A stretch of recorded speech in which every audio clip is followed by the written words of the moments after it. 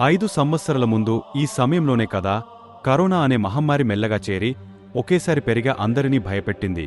ఇప్పుడు మరో మహమ్మారి నేను కూడా వస్తున్నా అని హెచ్చరికలు జారీ చేస్తోంది. అయితే భయపడాల్సిందేమీ లేదు అని భారత ప్రభుత్వం చెప్తూనే జాగ్రత్తగా మాత్రం ఉండమని సావధాన క్రియలను గుర్తుచేస్తోంది. ఈ కొత్త వైరస్ పేరు హెచ్ఎంపివి.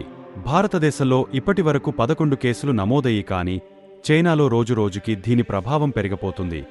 అయితే ఇది పాండమిక్గా మారే అవకాశం లేదని, చాలా తక్కువ అవకాశాలు ఉన్నాయని ప్రపంచ ఆరోగ్య సంస్థ కొంచెం భరోసా ఇస్తోంది.